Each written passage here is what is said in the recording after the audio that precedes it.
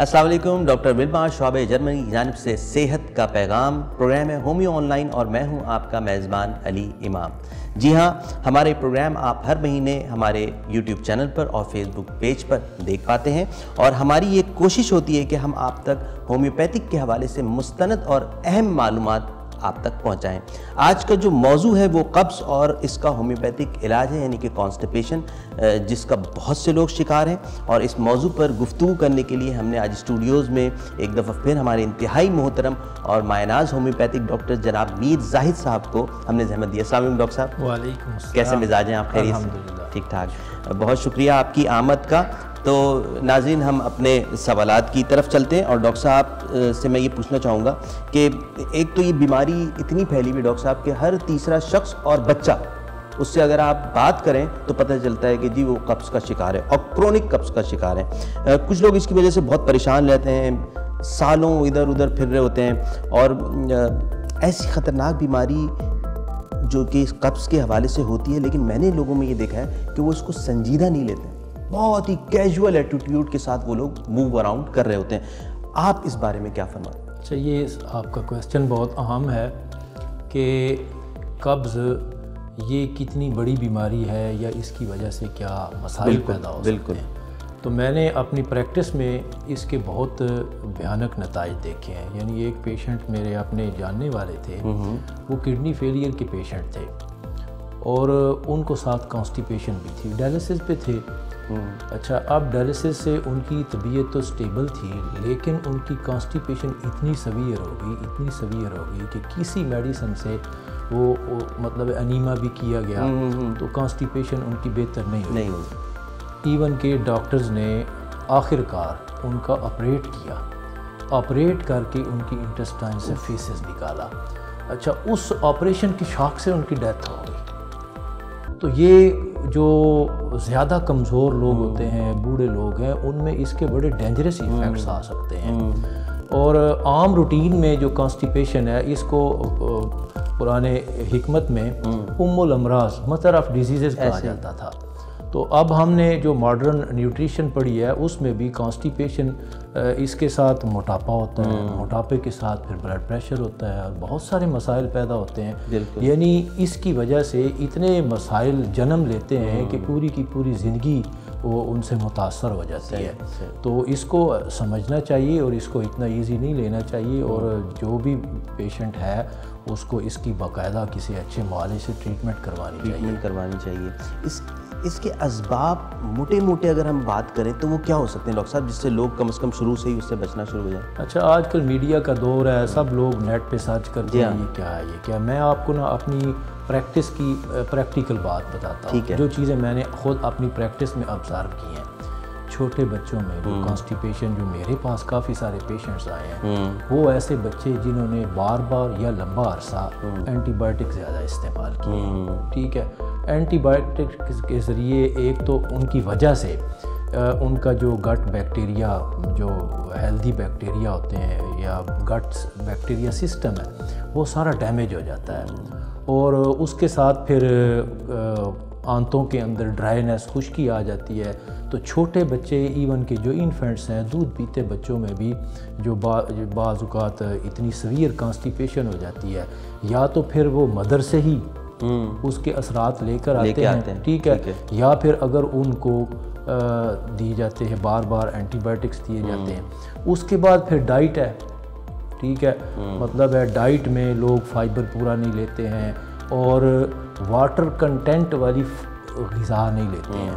ایک ہوتا ہے پانی کی انٹیک، ایک ہے واٹر کنٹینٹ والی غذا، ایسی غذا جس کے اندر پانی موجود ہے اور وہ آپ کی باڈی میں سٹے بھی کرے۔ وہ آپ کی انٹسٹائنز کو مطلب موویبل بنائے، ان سے پخانہ نکلنے میں ان کو جو ہیلپ، وہ ایسی غذائیں جس میں ویجیٹیبلز آتی ہیں، فروٹس آتے ہیں، تو یہ لوگ بہت کم لیتے ہیں۔ اس کے بعد پھر ایک اور اس کی ٹائپ آپ کہہ سکتے ہیں یا سبب اس کا کہہ سکتے ہیں، اس میں لیور انوالو ہوتا ہے کہ لیور جب پراپر ورک نہیں کرتا تو اس وجہ سے بھی کانسٹیپیشن ہوتی ہے۔ یہ اس کے مین اسباب ہے۔ اور اس میں جو ہے کیا کانسٹیپیشن کی کوئی ایک ہی کوئی قسم ہوتی ہے، اس کی مختلف اقسام پائی جاتی ہیں؟ بہت ہومیوپیتھک پوائنٹ آف ویو سے اگر دیکھیں نا تو اس کی بہت ساری اقسام ہیں۔ میں اس کو اگر اپنے میٹیریا میڈیکا یا جو ہمارے ہومیوپیتھی کی ریپرٹریز یا جو سسٹم ہے اس کے ذریعے اگر اس کو ایکسپلین کرنے کی کوشش کروں تو بہت ساری اقسام ہیں۔ مثلاً ایک تو عام ہو گئی کہ ڈرائینس ہے آنتوں کے اندر، جیسے برایونیا میں ہوتی ہے، ٹھیک ہے، تو اس میں سٹول باہر نکل نہیں سکتا۔ اچھا، ایک اس کی قسم ہے جس میں نروس سسٹم انوالو ہوتا ہے، یعنی جو مسلز ہیں یا نروز ہیں آپ کی آنتوں کو موو کرنے والے، موومنٹ دینے والے، وہ ویک یا پیرالائزڈ تک ہو جاتی ہے، ٹھیک ہے۔ جس طرح آپ نقص و میکا ٹائپ آپ کانسٹیپیشن کہہ سکتے ہیں کہ پاخانہ زیادہ سخت نہیں ہوتا لیکن وہ ایکسپیل نہیں ہوتا، وہ نکلتا نہیں ہے، ٹھیک ہے۔ اچھا، اس میں پھر آگے اور فردر اس کی بہت ساری اقسام ہیں، یعنی بعض اوقات جو فیسز بننے کا عمل ہے اس میں خرابی ہوتی ہے، لیور انوالو ہوتا ہے، بعض اوقات شیپ ڈنگز لائک سٹول آتا ہے، تو اس کی بہت ساری شائع سٹولز بھی ہیں، شالیشیا والے، جی ہاں، تو اس کی بہت ساری مطلب ہے نا ٹائپس بن جاتی ہیں۔ ٹھیک ہے ڈاکٹر صاحب، اس میں ہم یوزلی دیکھتے ہیں کہ جب ہم کنونشنل میڈیسنس کی طرف جاتے ہیں تو ہم یہ دیکھتے ہیں کہ for set of diseases there are set of medicines, تو وہ جناب اٹھائی اور وہ دے دی، دوسرا آیا اس کو بھی مور اور لیس وہی چیز دے دی گئی۔ اب جب میں مٹیریا میڈیکا اٹھاتا ہوں اور اس کو پڑھتا ہوں تو جو دوائی پڑھوں تو اس میں وہ چیز پھر نظر آ جاتی ہے، تو مجھے ایسا فیل ہوا کہ یہ تو مطلب بہت بے شمار ادویات ہیں جو کانسٹیپیشن کے حوالے سے دوائیاں موجود ہیں، تو اب ان دواؤں کو کیسے استعمال کیا جاتا ہے اور کیا طریقہ کار ہو جو ایک عام آدمی ہے وہ کیا خود سے ہی دیکھ لے یا وہ ڈاکٹر کے پاس جائے؟ یہ عام آدمی کے لیے دیکھنا تو بہت مشکل ہے۔ اچھا، ہومیوپیتھی میں دیکھیں یہ ایسا زبردست سسٹم ہے میڈیسن کا کہ اس میں سمجھتا ہوں کہ انسان میں، ہیومن بینگ میں کانسٹیپیشن کی جتنی بھی ٹائپس اور اس کی کنڈیشنز ہو سکتی ہیں، ٹھیک ہے، جتنی بھی آپ کئی 100 اگر آپ اس کو بنا لیں تو ہر کنڈیشن کی اسپیسیفک میڈیسن آپ کو ملے گی، ٹھیک ہے۔ جیسے میں نے ذکر کیا کہ اس میں بعض اوقات مسکولر ویکنس ہوتی ہے، نروس ویکنس ہوتی ہے، یا مطلب ہے ڈرائینس ہوتی ہے، مختلف طرح کی، تو اس میں کس طرح حاجت ہوتی ہی نہیں ہے پیشنٹ کو، ٹھیک ہے، اتنے اندر سے جو مسلز ہیں وہ کمزور ویک ہو چکے ہیں، اور اس میں some time nervous system involve ہوتا ہے کہ نروز اتنے ویک ہو جاتے ہیں کہ وہ آگے پیغام پہنچا ہی نہیں برین تک سکتے ہیں، ٹھیک ہے۔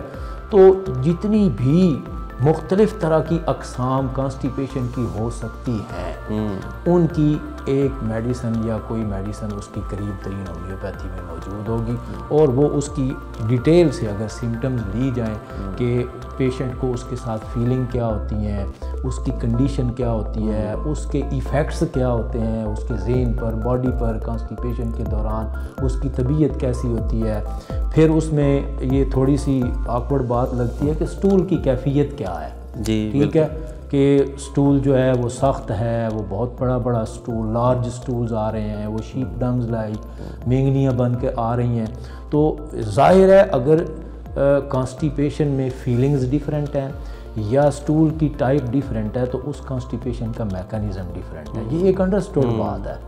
تو اس کا اگر میکانزم ڈیفرنٹ ہے تو آپ کو اس اسپیسیفک میکانزم کے ریلیٹڈ یا اس کو ٹارگٹ کرنے والی دوا تلاش کرنی پڑے گی، اور وہ ہومیوپیتھی میں موجود ہوگی۔ ڈاکٹر صاحب، ایک چیز جو میں بہت ہی یہ سپلیمنٹری ایک بات کر رہا ہوں میں آپ سے کہ یوزلی کلینکل ایکسپیرینس ہے کہ بچہ آیا، ایون کہ کوئی بڑا بھی آیا، اور ان سے پوچھا جی آپ کانسٹیپیٹڈ تو نہیں رہتے؟ نہیں جی ہمارا پیٹ بالکل صحیح ہے۔ اچھا، تو آپ کیا ایک دفعہ صبح واش روم جاتے ہیں؟ نہیں، میں 2-3 مرتبہ جاتا ہوں۔ کس طرح کا اسٹول پاس کرتے ہیں؟ جی وہ تو بڑا سافٹ ہوتا ہے یا وہ لوز موشن ہوتا ہے. اب میں یہ سمجھتا ہوں اور یہ دیکھتا ہوں کہ ہمارے جو پیشنٹ ہے اس بیچارے کو ایجوکیشن نہیں ہے, اس کو پتہ ہی نہیں ہے کہ وہ ابھی ہیلدی اسٹیٹ میں ہے ہی نہیں. وہ اگر روز 2 مرتبہ جا رہا ہے تو سمجھ رہا ہے کہ بہت اچھی بات ہے کہ اگر میں لوز اسٹول پاس کر رہا ہوں. تو میرے خیال میں اس کے اوپر بھی جو ہے وہ کوئی بات آگے جا کے میرے خیال میں ہونی چاہیے, اور ہمیں لوگوں کو بتانا چاہیے کہ بھئی جو ایک مینٹل اسٹیٹ جس طرح سے ہیلدی ہوتی ہے اسی طرح فزیکل اسٹیٹ میں جو اسٹول ہے وہ کیسا ہونا چاہیے. اور دوسرا جو ایک چیز اور میں نے دیکھی ہے وہ یہ ہے کہ آپ اگر پوچھیں, آپ بھی پوچھتے ہوں گے تو وہ کہتا ہے جی ہمیں تو پتہ ہی نہیں, اب تو کموڈ آ گیا, تو اب تو دیکھنے کا موقع ہی نہیں ملتا ہے, وہ تو سب فلش آؤٹ ہو جاتا ہے. وہ تو پہلے کے زمانے میں جو وہ اولڈ اسٹائل جو وہ سارے ہوتے تھے اس میں تو آپ دیکھ بھی سکتے تھے نا. تو یہ بھی کچھ ہم جیسے جیسے آگے بڑھ رہے ہیں تو یہ کچھ چیزیں ہمارے لیے مشکل ہوتی جا رہی ہیں کیونکہ پیشنٹ اس سے بالکل سے بلائنڈ اسٹیٹ میں ہے اس کی طرف سے. اچھا, جہاں ہومیوپیتھی میں علامات کے اوپر اور مریض کے مزاج کے مطابق جو ہے نکس فومیکا بھی ہے اور برائیونیا بھی ہے, میگنیشیا میوٹ جیسی دوائیاں ہیں جو کہ دی جاتی ہیں. وہاں پہ آج کل میں دیکھ رہا ہوں کہ کمپنیوں کے فارمولے اور کمبینیشنز یا نمبرز بنے ہوئے ہیں. تو ان سنگل دواؤں کے عمل میں اور ان فارمولوں کے عمل میں کیا فرق ہے؟ یہ بڑا زبردست اور ٹیکنیکل قسم کا کویسچن ہے کہ جو فارمولاز بنے ہوئے ہیں ان میں یا ہربل میں بھی کچھ میڈیسن ہے, 2 4 5 میڈیسن مکس کر کے ایک فارمولا بنا ہوتا ہے, ہومیوپیتھی میں بھی ہے. چونکہ وہ کانسٹیپیشن کو اور صرف اسٹول پاس کرنے کے عمل کو ٹارگٹ کر کے وہ دوائی بنائی جاتی ہے تو وہ اس میں ہیلپ کرتی ہے. اب جیسے میں نے سنگل ریمیڈی کا ذکر کیا ہے تو سنگل ریمیڈی میں اس کا پورا میکانزم انوالو ہے, ٹھیک ہے, کہ اس کے پیچھے بیک گراؤنڈ اس کے پورے ڈائجسٹو سسٹم میں یا اس کے ساتھ اگر کوئی اور ادر کازز ہیں وہ اس کے ساتھ کنیکٹ ہے تو جو سنگل ریمیڈی ہے وہ اس کے کاز تک بھی پہنچے گی اور پوری ایک سسٹمیٹک ریپیئر یا سسٹمیٹک اس کی اصلاح کرے گی, پورے نظام کی اصلاح کرے گی. اور جب پورے نظام کی اصلاح ہو جائے گی تو اس سے ہمیشہ کے لیے نجات مل جائے گی اور اس سے ریلیٹڈ جتنے بھی مسائل ہوں گے وہ ٹھیک ہو جائیں گے. لیکن اگر آپ صرف کانسٹیپیشن کو ٹارگٹ کر کے اور اس سے ریلیٹڈ کوئی آپ فارمولا لیں گے تو پھر وہ اسی میں تھوڑی بہت ہیلپ کرے گا, باقی چیزیں آپ کی وہیں پڑی رہیں گی, بلکہ اس کے اسباب بھی وہیں پڑے رہیں گے جو ٹھیک نہیں ہوں گے اور وہ آپ کو مسلسل آپ کو جیسے لوگ 10 سال سے یا ساری زندگی سے دوائیں لے رہے ہوتے ہیں وہ آپ کو ویسے ہی لینے پڑے گی. یہ آپ نے ابھی گفتگو چونکہ چلی رہی ہے اور آپ نے ذکر بھی کر دیا تو میرا اگلا سوال بھی یہی تھا کہ جو لوگ قبض کشا ادویات اور جو اس طرح کے جو لکوڈز یا ڈراپس کی صورت میں آتے ہیں وہ سالوں سے لے رہے ہوتے ہیں, تو اس میں آپ کا کیا خیال ہے کہ ان کی صحت پہ اور کیا ان کے پیتھولوجی پہ ایفیکٹ پڑتا ہوگا؟ یہ جیسے وہ مصرع ہے نا جی کہ مرض بڑھتا گیا جوں جوں دوا کی, یہ جو لمبے عرصے سے اس طرح کی اسپیسیفک کانسٹیپیشن کی دوائیں لے رہے ہوتے ہیں یہ ایک سائیڈ پہ ان کو فائدہ بھی دے رہی ہوتی ہیں اور دوسری سائیڈ پہ ان کو نقصان بھی کر رہی ہوتی ہیں. نقصان اس حوالے سے کہ جو اس کے اسباب ہیں,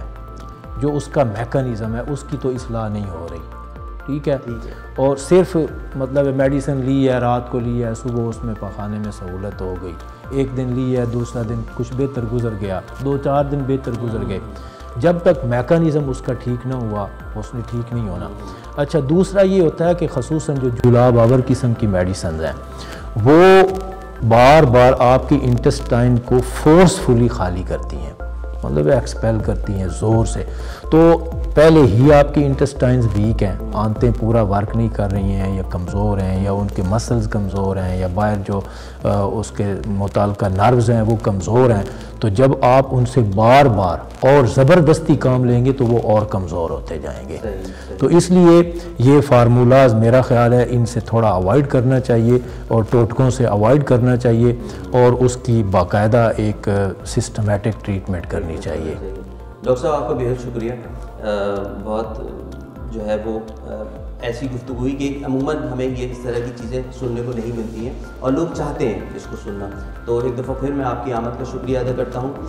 ناظرین, ڈاکٹر صاحب نے جو بتایا ہے ہمارے پاس جو مختلف قسم کے جو ٹوٹکے ہیں یا اس طرح کی ڈراپس ہیں جس سے آپ کو جو ہے وہ فوری طور پر جو ہے وہ کانسٹیپیشن دور ہو جاتا ہے, تو اس سے آپ کو ریلیف تو مل سکتا ہے لیکن کیور نہیں ملے گا. کیور آپ کو ہمیشہ اسی دا وے ہومیوپیتھک ڈاکٹر جس وے میں پرسکرائب کرتا ہے کانسٹیٹیوشنل وے میں each and every thing top to toe دیکھتے ہوئے, اسی میں آپ کو کیور ملے گا. یا پھر اس کے اسباب بھی ان کو بھی دیکھیں اور ان کو بھی ریموو کرنا ضروری ہے. بالکل، یہ ڈاکٹر صاحب نے فرمایا ان تمام چیزوں کو جب آپ دیکھتے ہوئے جب ہولسٹکلی جب کسی پیشنٹ کو دوا دیں گے تو آپ کو کیور ملے گا.